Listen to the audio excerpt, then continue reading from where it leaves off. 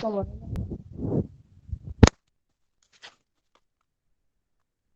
eh, aquí la máxima columna vertical en las partes libres, en donde no haya el feto,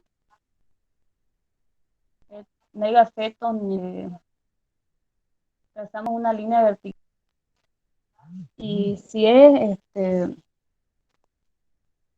mayor a 24 centímetros, estaríamos hablando de un polidramnio. Acá en el método de Phelan, el índice de líquido amniótico, trazamos en el abdomen una horizontal y una vertical. Y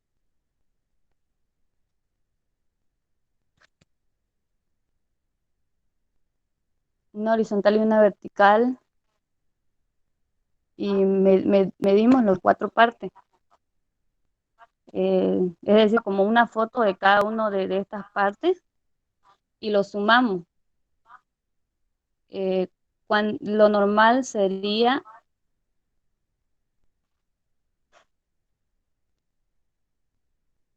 de 24 centímetros. Estaríamos hablando de un polidramnio mayor a 24 centímetros y de un polidramnio menor de 8.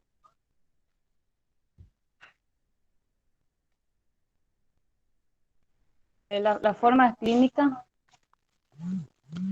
tenemos el hidramnio agudo, que esta va a ser entre las 20 y 26 semanas. El hidramnio agudo es de mal pronóstico, porque va a haber un aumento rápido y se va a durar su volumen de la mujer grávida y va a estar esta agitada, disneica, con dolores abdominales. Y si va a haber un rápido de este volumen, entonces va a producir, ¿no? Como dije anteriormente, la compresión del diafragma y la mujer va a estar agitada. En el hidramnio crónico se produce en el último trimestre de la gestación, este es de pronóstico más favorable y el aumento va a ser de forma discontinua.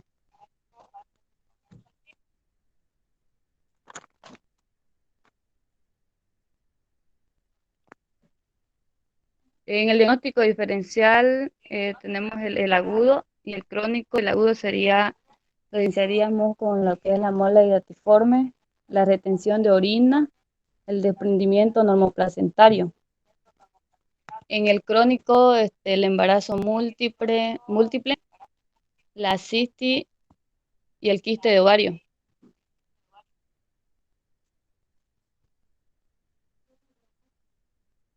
El tratamiento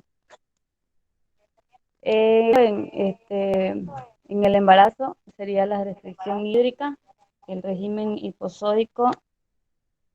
Hay que administrar topolíticos como la indometacina de 1,3 a 3 miligramos por kilo, solo si es menor de las 32 semanas. La indometacina va a suprimir lo que es el trabajo de parto,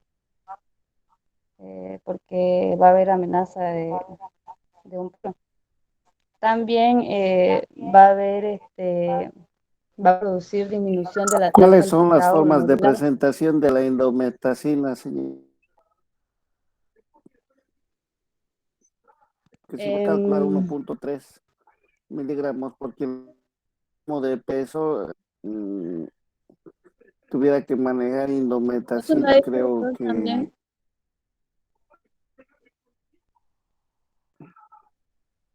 en el libro está, habla, no, el manejo,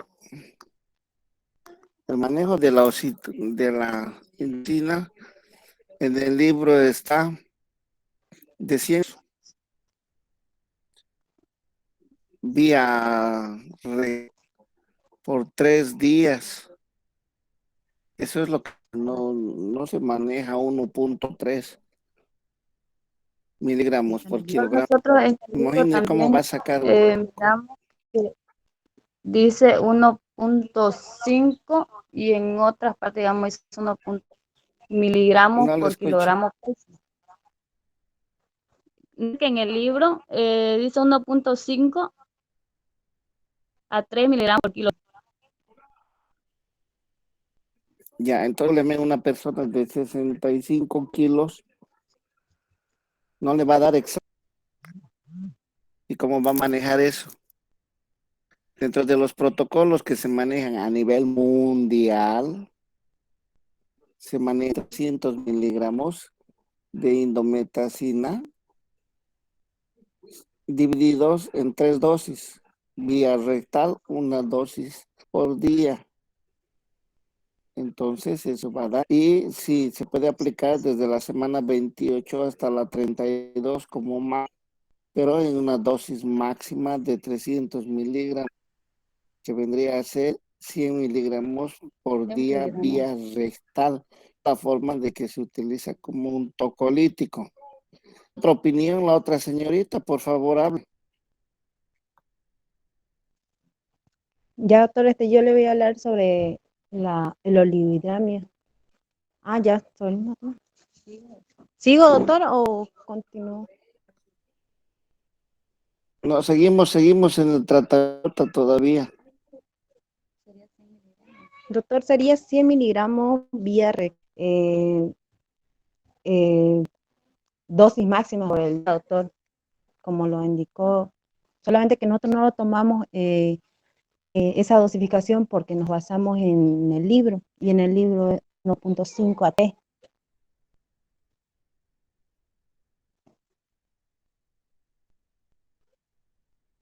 Yo le estoy dando protocolos que se utilizan a nivel mundial, no me los estoy inventando. No, está bien. Sí lo encontramos ese dato que usted nos dijo, doctor. Son Solamente que protocolos que se utilizan. A ver, escúcheme. Yo no me puedo, no le puedo decir algo que arbitrariamente les voy a hacer. Les voy a enseñar algo que no está dentro de lo normal. Son protocolos autorizados por la Organización de la Salud, por la Organización Latinoamericana de la Salud.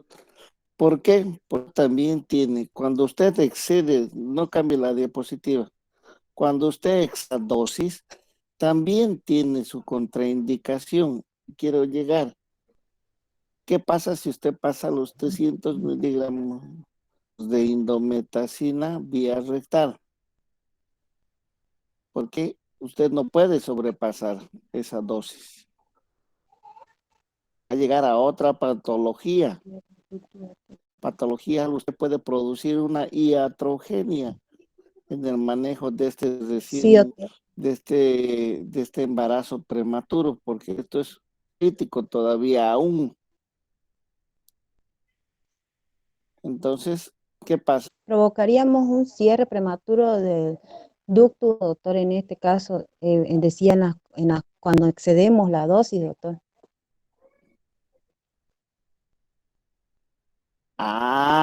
No es que yo me invento que los 300 miligramos no se deben exceder.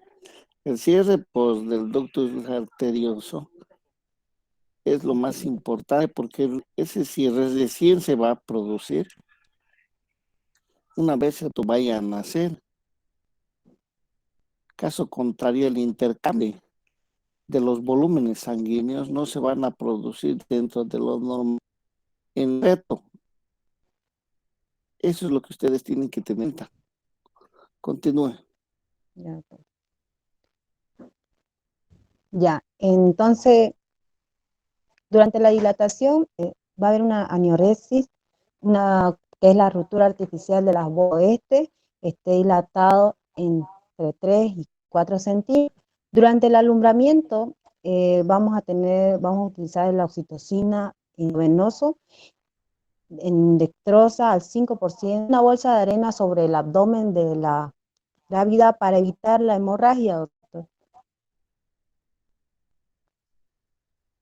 Ahora entramos a lo que es el olividramia. El Dentro del olividramia es diagnóstico clínico, escúcheme, dentro del diagnóstico clínico del polidramnios, sinografía para sacar un ILA, que debe ser el índice de líquido amniótico. ¿Cómo usted puede saber de que existe polidramnios?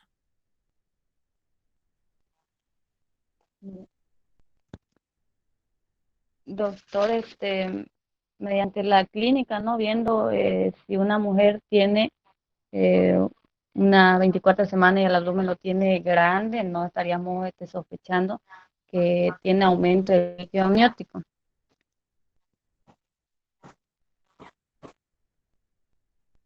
Y si puede ser una hidrocefalia.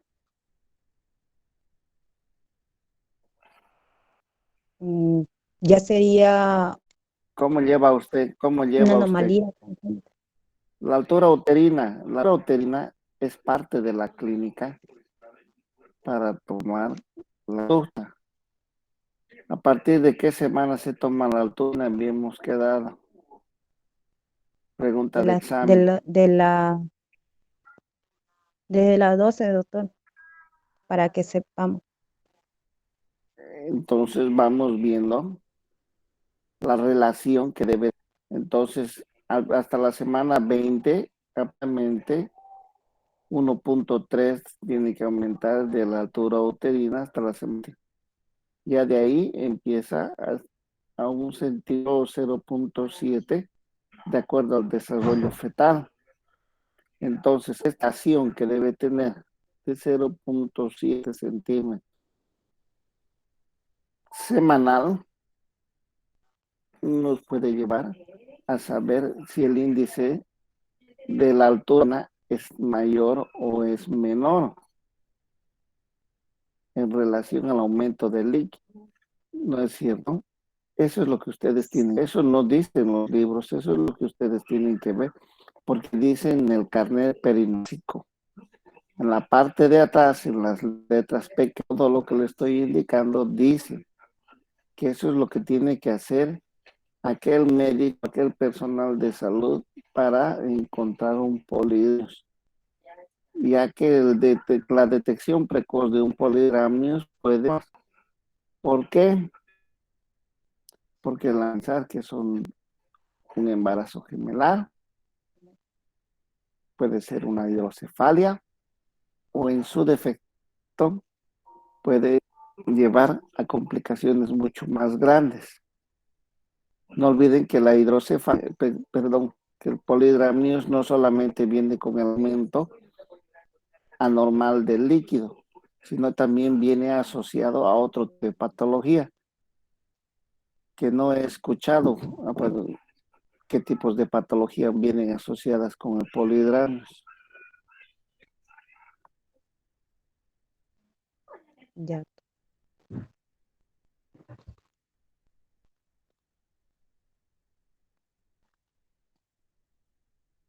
¿Usted quiere, doctor, que le diga, como por ejemplo la atresia de esófago, eh, las lesiones, doctor, que hay en el,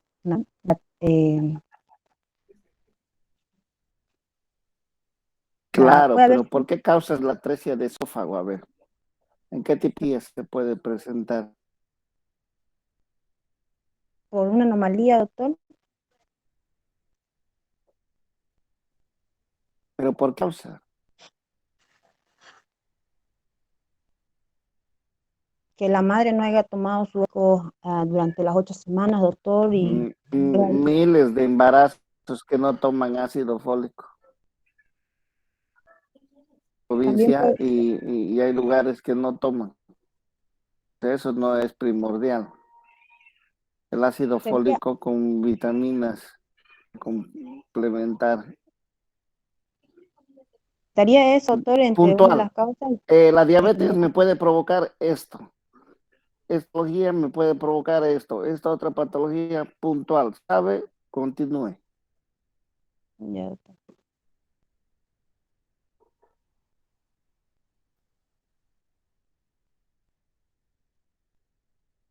se movió, ya. En el oligohidramio. El oligohidramio es un cuadro caracterizado por presentar, doctor, la cantidad de líquido amniótico de 300 ml. Actualmente el 10% de los partos, antes era el 5%, lo decía el libro antes, pero esto ha estado al 10% actualmente. Las causas pueden ser fetal, materno, placentario y fármaco. Entre los fetales están anomalías del aparato fetal del feto. Puede ser una genética renal, riñón poliquístico, obliteración ureteral, incluso el óbito fetal, embarazo posttérmino y la restricción del crecimiento intrauterino. Esta afección de la restricción del crecimiento intrauterino afecta a que el bebé no alcanza el tamaño ideal de acuerdo a la edad gestacional.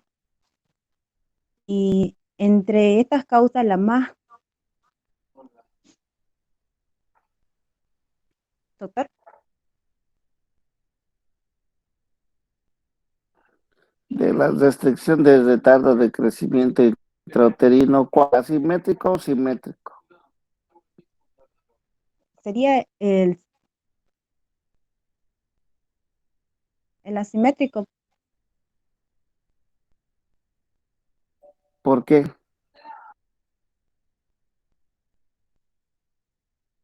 Por la anomalía que puede presentar, también La restricción no es anomalía. A ver, defíname qué es anomalía. eh,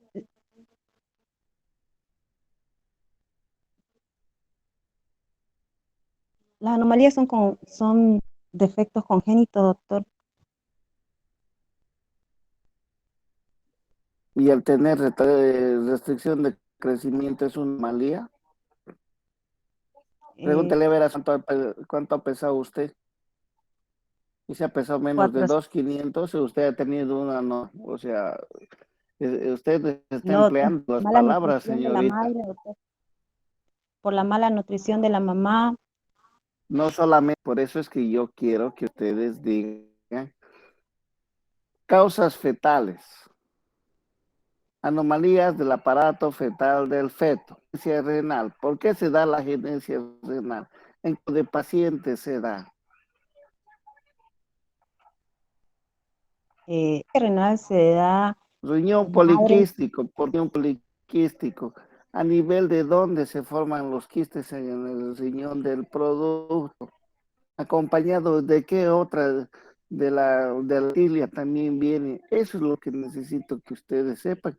No solamente llevan ginecología, lo llevan en tría, lo llevan en endocrinología. Solamente es que ustedes recuerden. ya, doctor, del aparato renal, por ejemplo, puede ser la genesia renal, y esto puede ser un fallo, doctor, del desarrollo durante la formación de la yema ureteral. En el riñón poliquístico, igual puede ser por un fallo del desarrollo. ¿Ya han terminado el No, tema? doctor, falta todavía oligohidramio, doctor. Ya, avance, sígase Ya, ahorita, porque no me va a definir nada y estamos perdiendo tiempo.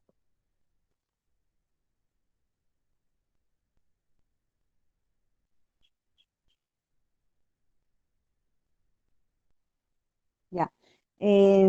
Vamos por la placentaria. La ruptura de membrana es la cosa más frecuente que se da, doctor, en el oligohidramio también. Aquí en Trinidad hemos investigado que en el materno las infecciones urinarias recurrentes son las causas más frecuentes por las que hay oligohidramio.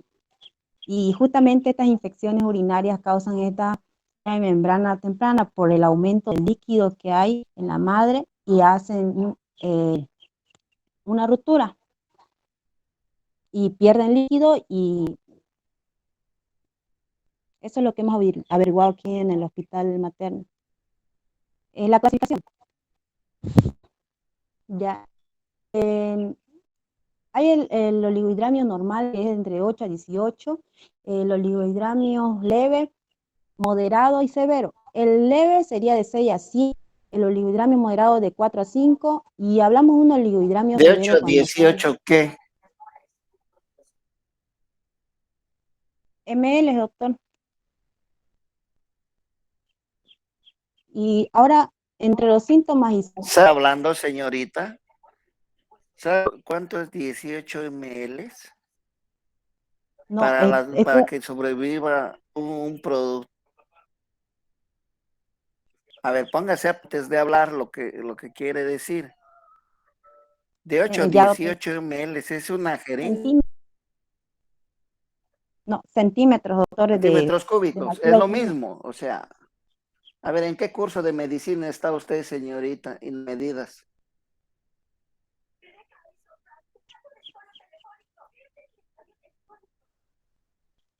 Utilizamos, doctor, con la Me técnica está hablando de centímetros cúbicos, es lo centímetros. mismo, pues, señorita.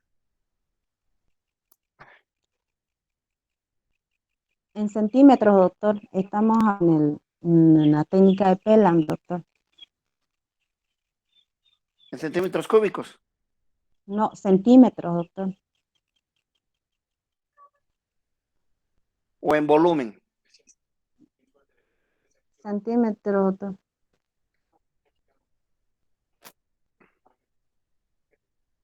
Síntomas y signos. Hay fuga de líquido amniótico, bajo aumento del peso materno, ayuria, actividad uterina, ruptura de las membranas, como se les dije, y caída de la frecuencia cardíaca fetal. Para diagnosticar esto, el líquido índice del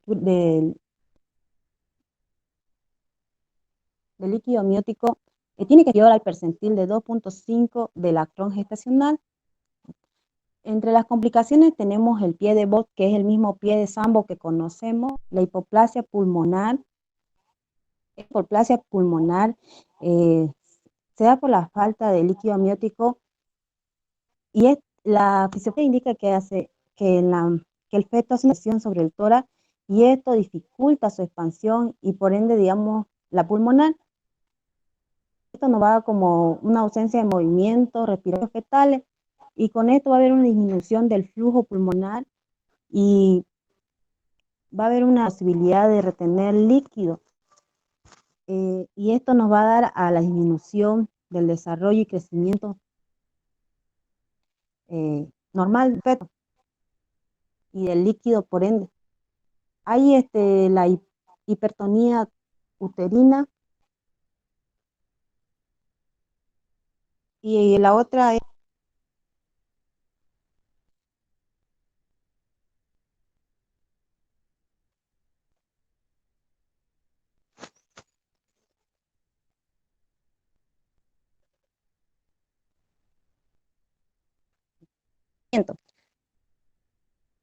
aquí tenemos una técnica de centesis que es la amniocentesis. Podemos hacerla método o por dos vías, la transvaginal y la transperitoabdominal. Necesitamos en el tratamiento el reposo, el monitoreo de la frecuencia cardíaca fetal hasta el fin del parto, doctor, para monitorearlo el embarazo. Control eco siempre. Le recomendamos a la madre beber mucha agua, y reposo absoluto, doctor, prevenir las rupturas de membrana.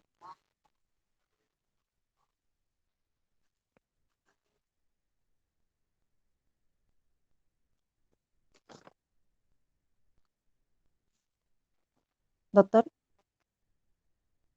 ya, ya acabé. Otro grupo, por favor.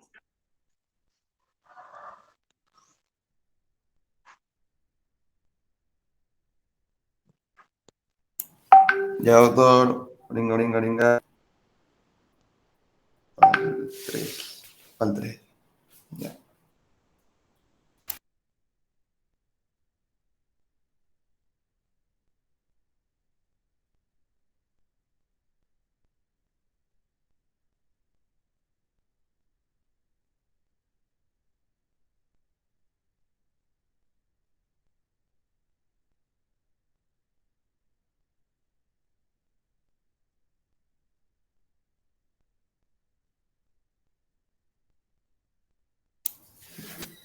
mi pantalla. ¿Se me escucha? Sí. Hola, hola. Ya, muy bien. Entonces, empecemos. Buenos días, compañeros. Buenos días, querido doctor. Hoy día nosotros vamos a exponer síndrome de ruptura prematura de la membrana ovular. Compañero Julio Wilson Cuellar y en persona Carlos Javier Guillén. Este es un tema un poco corto que nosotros lo vamos a hacer lo más posible para seguir un poco con el avance. ¿Ya? Primeramente vamos a hablar nosotros acerca de la definición de qué es una rotura de membrana. Esta rotura de membrana se la porque ocurre justo antes del comienzo del parto, luego de las 37 semanas. Y esta se divide en dos periodos. Una que es el periodo de latencia, que es el transcurrido entre el momento de la rotura y el momento del parto, y la prolongada cuando este periodo supera 24 horas. Materno. El riesgo materno aumenta la morbimortalidad a expensas de la infección, la frecuencia y la gravedad vinculada al periodo de latencia. Cuando es rotura prolongada, el riesgo incrementa significativamente. Y el feto natal depende fundamentalmente de la inmadurez, la infección y el accidente de parto. La inmadurez es el principal factor determinante de la mortalidad neonatal del recién nacido, que se exterioriza fundamentalmente por la enfermedad de membrana hialina. Y la infección es el riesgo que el recién nacido presenta en esta complicación, aumenta proporcionalmente con la duración del periodo, porque puede pasar cualquier cosa en ese periodo. Y el accidente de parto, en la rotura prematura de las membranas ovulares, el riesgo de prolapso del cordón y las partes fetales significativamente mayor en la ruptura cuando se produce esto. Esto quiere decir que los órganos pueden caer y se puede ver eso exteriormente. Ahora vamos a hablar acerca de la rotura espontánea de las membranas ovulares. Estas roturas pueden ocurrir en cualquier estacional sin que haya comenzado el trabajo de parto o cualquier parte de este mismo trabajo que el que estamos hablando. ¿Y por qué se produce la mayoría de las roturas de membranas ovulares? La mayoría es el resultado de una debilidad inherente a las membranas por sí mismas, pero estas pueden darse por causas idiopáticas o desconocidas, pero hablar más pronto de lo que puede pasar. Ya. Membranas cervicales o dependientes, que es el punto de las membranas, es cuando desprenden del orificio interior cervical. La zona está pobremente nutrida en comparación al resto. Ahora vamos a hablar acerca de los mecanismos espontáneos de las membranas. Son mecanismos fisiopatológicos bien diferenciados. Por alteración de la estructura de las membranas cervicales, por deformación o estiramiento a nivel del orificio cervical, y los mecanismos de formación y ruptura de dos sacos ovulares. Ahora los vamos a explicar. La deformación o estiramiento a nivel del orificio cervical ocurre espontáneamente después de los cambios funcionales acompañados por las contracciones uterinas. Perdón. Los mecanismos de formación y rotura en estos casos se producen, o sea, en la formación de los dos sacos ovulares, por la acumulación de líquido amniótico en el espacio virtual o por filtración a través de los ganglios de la excreción. Ya. Ahora vamos a hablar acerca un poco de la etiología de estos casos. Con excepción de los traumatismos, los factores causales de la ruptura prematura son conocidos y algunos son muy discutidos. Ahora vamos a hablar un poco acerca de los traumatismos, que son los más importantes, que estos pueden darse contactos por vía vaginal en colocación de sonda, catéteres, también por la colocación de los amnioscopios, por la sonda, maniobras que con mayor frecuencia pueden producir alguna ruptura accidental e involuntaria. La infección local. Hay más que presentan colonización de ciertas bacterias, como por decir clamidia,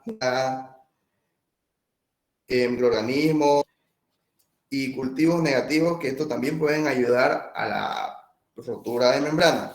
Infecciones locales, hablando las madres que presentan, y también en la incompetencia microcervical, al aumentar la dilatación cervical, disminuye el soporte de las membranas, lo cual se rompen en ausencia de contracciones por estiramiento, acción traumática y mayor exposición a los gérmenes vaginados.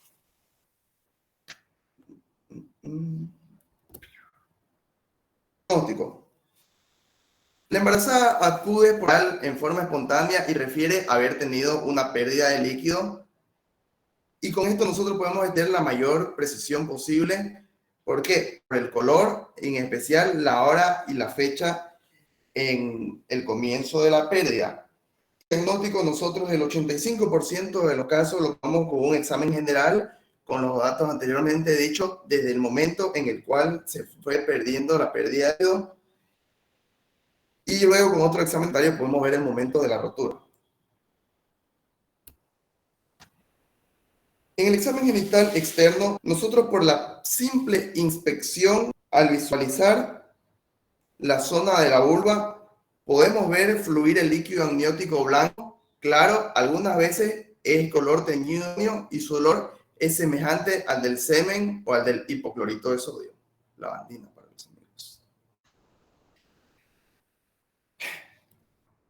Y en el examen general interno, nosotros podemos palpar primeramente y todo, y luego ¿qué tenemos que hacer? Tenemos que inspeccionar el cuadro e introducir un espéculo siempre esterilizado y seco para poder ver lo que presenta. Previo a esto, un lavado con sustancias antisépticas y no irritantes. Y en las pruebas bacteriales, como habíamos dicho antes, podemos ver la ecografía de tiempo real, nos puede observar la escasez o ausencia de este líquido, confirmamos la edad gestacional y ubicamos el sitio de punción que decidiera ser la amniocentía, y la prueba del pH para ver la acidez que nosotros estamos presentando en el líquido amniótico.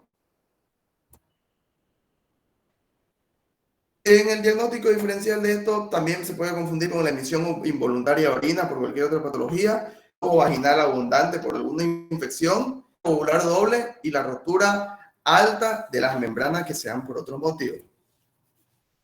Ahora el compañero Julio. Vamos a hablar sobre las conductas obstétricas. Las conductas obstétricas tenemos ante la presencia de infección ovular y ante no presencia o ausencia de infección ovular y con ingreso fetal, en especial del pulmón. Las conductas obstétricas ante infección ovular. Siempre el caso aquí es interrumpir la gestación, extraer pruebas para cultivo, antibiograma y administrar antibióticos, ampicilina 2 intravenosos cada 6 horas, más gentamicina a 5 miligramos kilo peso. Luego tenemos cuando no hay signos de ovular y tenemos inmadurez fetal, en especial del pulmón. Aquí siempre tenemos que brindar medios de cuidado de asepsia y antisepsia. Las medidas generales de reposo, tiene que estar en cama, higiene perineal, prohibido los tactos vaginales o espéculos. El espéculo solo es necesario cuando al momento del diagnóstico. Tenemos que usar control de temperatura y pulso cada 6 horas, recuento de fórmula leucocitaria, antibióticos con fines profilácticos o de una infección oculta, que esto puede progresar a una coriamnitis. Luego tenemos conductas obstétricas ante la infección pulmonar. Tenemos la administración de betametasona de 12 miligramos cada 12 horas. Conductas generales para interrumpir el embarazo. Aquí podemos decir, siempre tenemos que realizar un tacto vaginal al inicio y otro cuando la embarazada refiere a empujar. Administrar antibióticos. Por favor, vuelva a betametasona. Bien. Esa dosis está bien, 12 miligramos. Sí. Cada horas es por 3 días. ¿Por 3 días, Ya, doctor? sí, Ya, por 3 días. listo, doctor. Muchas gracias. Intramuscular, Intramuscular. la vía es muy importante. Sí, sí, sí, sí, sí. Ya. Luego de conductas para interrumpir el embarazo. Tenemos que realizar un tacto vaginal al comienzo y otro cuando la embarazada refiere deseos. Tenemos que administrar antibióticos en casos de todos los trabajos de parto. Esto para prevenir la endometritis puerperal y la infección de los neonatos. Ante el primer fracaso de parto o cuando la inducción no está ya, siempre se decidirá el trabajo o el parto por cesárea, la operación cesárea. Siempre tenemos que tratar que el neonato o que el nacimiento ocurra dentro de las 24 horas de tomada de la decisión. Esto para evitar infecciones.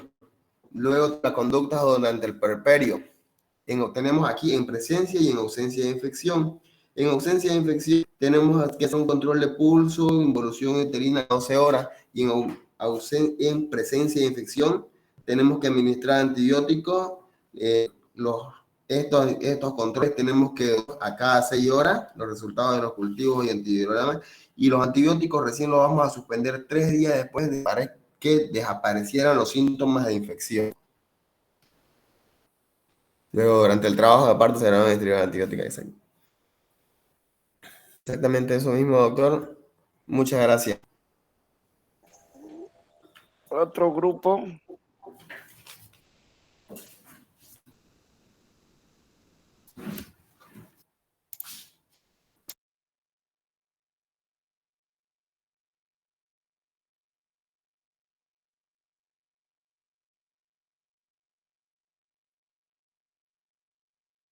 Doctor, enseguida, por favor.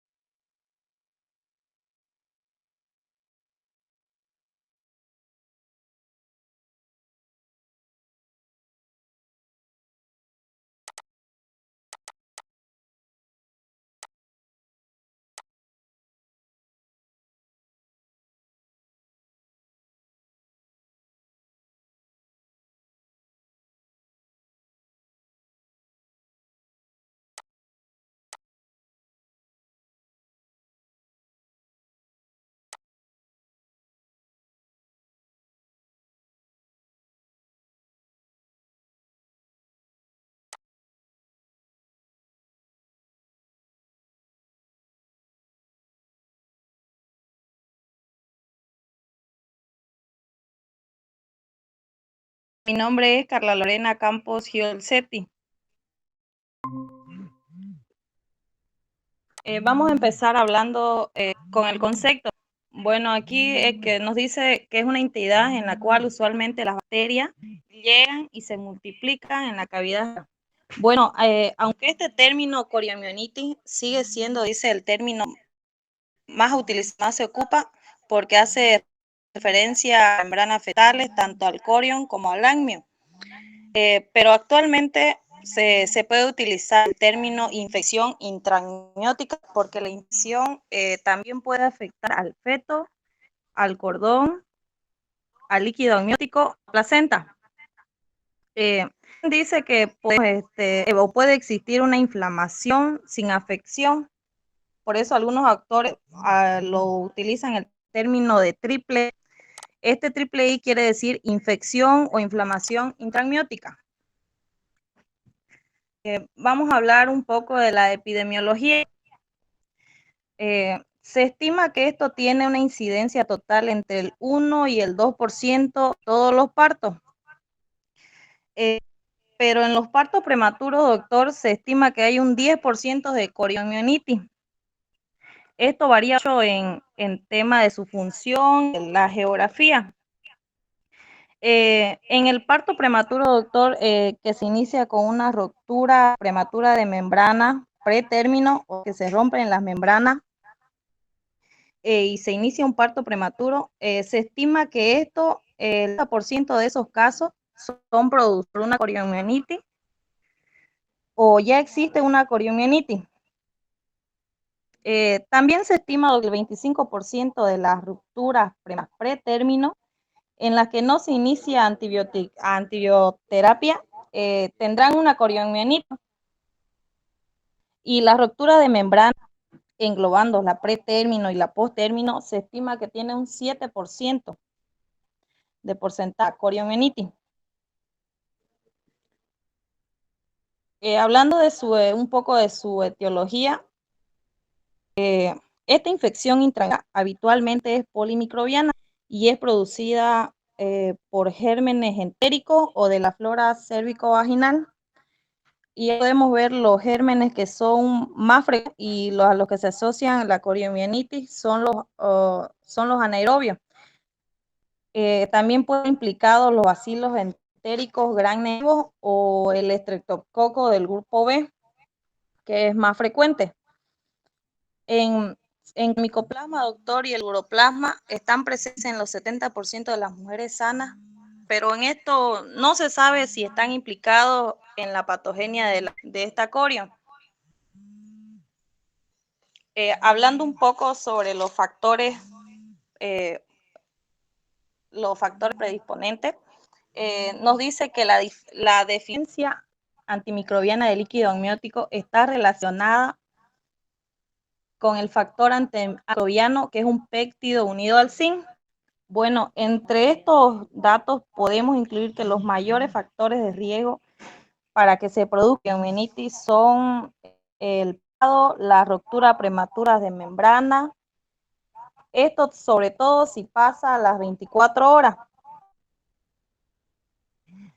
También existen secundarios que son menos importantes, pero son factores, como son las lesiones vaginales, los tactos vaginales frecuentes, el líquido teñido de meconio, las enfermedades de transmisión sexual, como ya lo habíamos mencionado, el estreptococo del grupo B, también está relacionado la vaginosis bacteriana y posiblemente, doctor, el consumo de tabaco.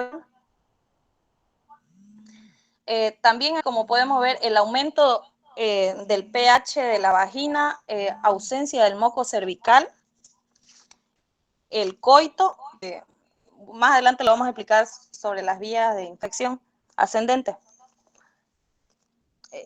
También, doctor, existen métodos protectores para esto, por ejemplo, que la bolsa esté íntegra, esto viene a proteger de infección, y también el moco cervical, que impide que las bacterias asciendan a través del canal cervical, y esto viene a reducir el riesgo de las infecciones. Y las membranas y la bolsa amniótica tienen cierta acción antimicrobiana, como ya lo había mencionado, y existen los lactobacillus y la flora bacteriana que cuando están en buen estado reducen la actividad de los microorganismos y vienen a producir un pH ácido.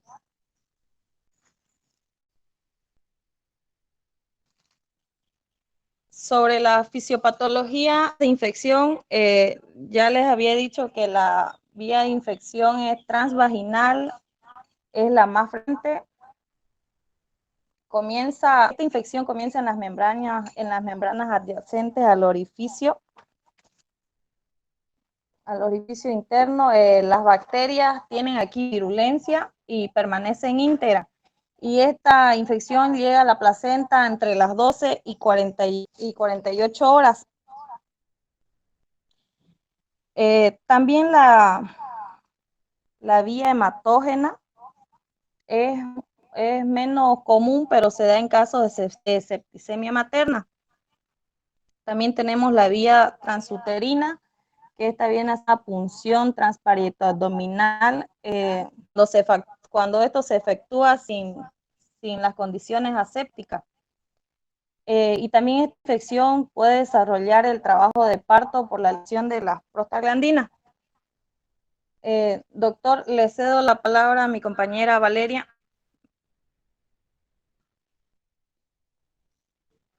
Valeria. Ya, buenas tardes, señor.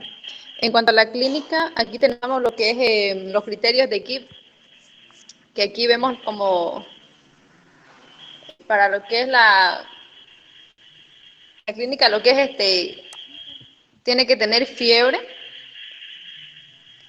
puede haber lo que es una también mayor a 100 latidos por minuto, la fiebre a 38 grados centígrados, puede haber lo que es una taquicardia, sensibilidad uterina, puede ser purulento o fétido también con una leucocitosis mayor a 15.000, pero esto, digamos, no da lo que es un diagnóstico definitivo. ¿Puedes, por favor?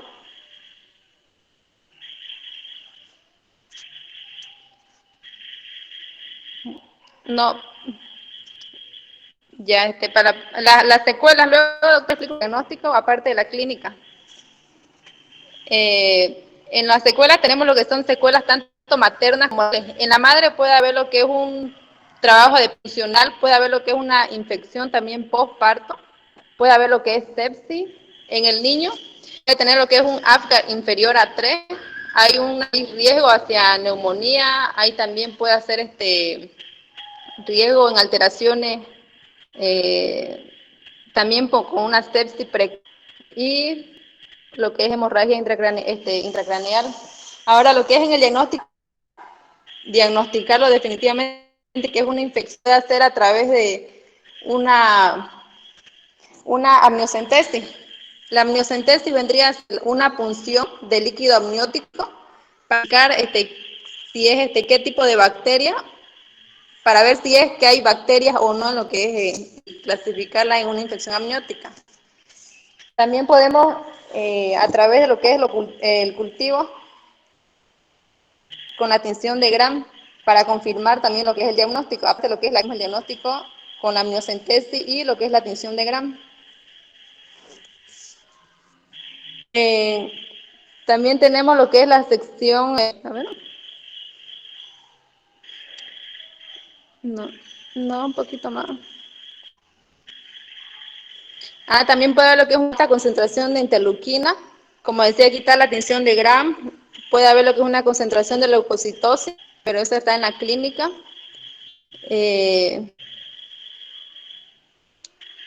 ¿Puedes cambiarlo, por favor?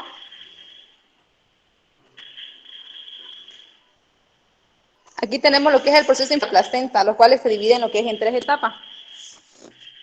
Tenemos en la primera etapa, que es cuando los neutrófilos entran, están por debajo de lo que es el corión. Esta es la primera etapa. Ahora en la segunda, lo que estas bacterias o los neutrófilos migran a través de lo que es el corión, sobrepasa.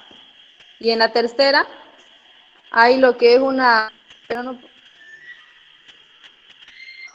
en la primera tenemos lo que es los neutrófilos pasan por debajo del corión. En la segunda, estas migran lo que es el corión y pasan. Y en la tercera, llegan a lo que es hacia lo que es biótico, donde estas llegan a contaminar y causan lo que es una infección.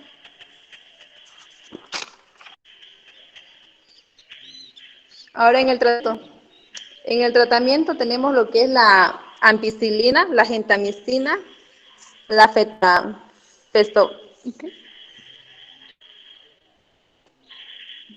la cefosictina y lo que es la clindina. Estos doctores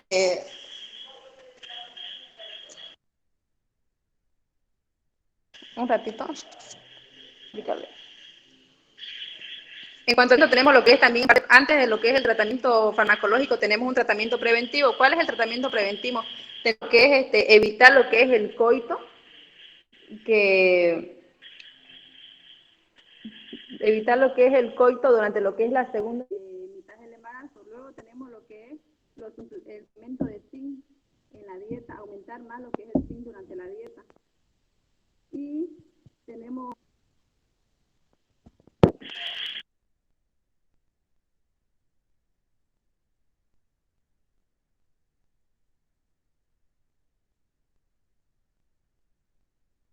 Doctor, en la profilaxis o prevención dice que, no, doctor, perdón, doctor, hola, ¿hay alguien Ya ahí? Todavía, doctor, por concluyeron, eso señor. Aló, Todavía, aló. doctor. ¿Concluyeron? todavía, doctor, le estoy hablando un poco de la Ya prevención, continúe, doctor, y la continúe. profilaxis. Para prevenir infección intraamniótica, nos dice que ya la mujer embarazada tenga una ruptura prematura, ¿no es cierto? Como ya explicaron los compañeros anteriores, la administración de antibióticos como profilaxis, esto viene a prevenirnos lo que es la coriomionitis. Y también, doctor, la gestante tiene que ya evitar el coito, doctor.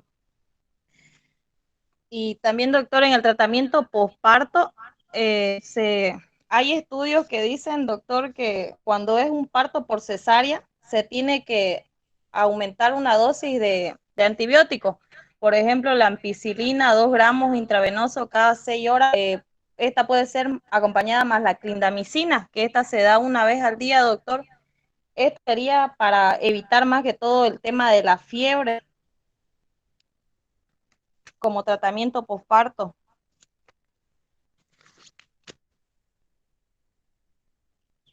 Y eso sería todo, doctor. En cuanto a lo que ustedes deben saber es lo siguiente. Una vez producido la rotura prematura de las membranas o la rotura precoz, ¿qué es lo que se tiene que hacer? Hasta las primeras 6 horas dar antibiótico vía oral como una profilaxis. Sí. Pasada a rayar las 6 horas se debe dar un tratamiento endovenoso. Eso es lo que ninguno de los dos grupos ha mencionado y es muy importante tenerlo en cuenta. Siempre la nos va a ayudar a que vayamos a obtener una posible complicación como vendría a ser la coriomionitis. En cuanto a los antibióticos que están utilizando, ampicilina, gentamicina, cefoxistina y la clinda están dentro de protocolos, no hay ningún problema, siempre viendo, ¿no?, la edad gestacional, ver los criterios de la FDA en cuanto a gentamicina, su uso, que la gentamicina está en una clasificación C. Siempre es importante tener ese tipo de criterio para su uso. Bueno, bien, quedamos ahí. El día lunes continuamos. Preparan 3 o 4 temas hasta la fecha del examen que vamos a concluir nuestros temas y van a tener una nota práctica para ingreso examen final. Bien, buen día, hasta luego.